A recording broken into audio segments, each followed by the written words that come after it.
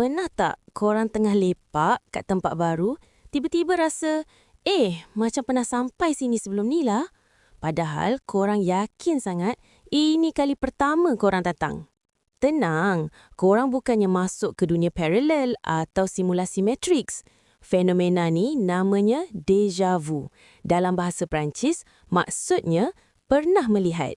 Pakar saraf jelaskan yang benda ni sebenarnya cuma salah faham kat dalam otak kita.